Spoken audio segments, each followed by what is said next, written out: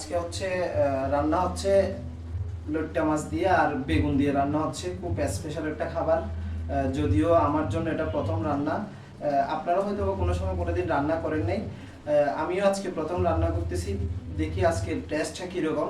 তবে ভিন্ন ভিন্ন কিছু রান্না করে দেখা দরকার। মানুষ বলে না বেগুন দিয়ে লইট্টা মাছ দিয়ে, কোনোদিন তো খাওয়া হয় নাই, কিন্তু আমি খেয়ে দেখার পরে আপনারাও ট্রাই করতে পারেন। ধন্যবাদ সবাইকে।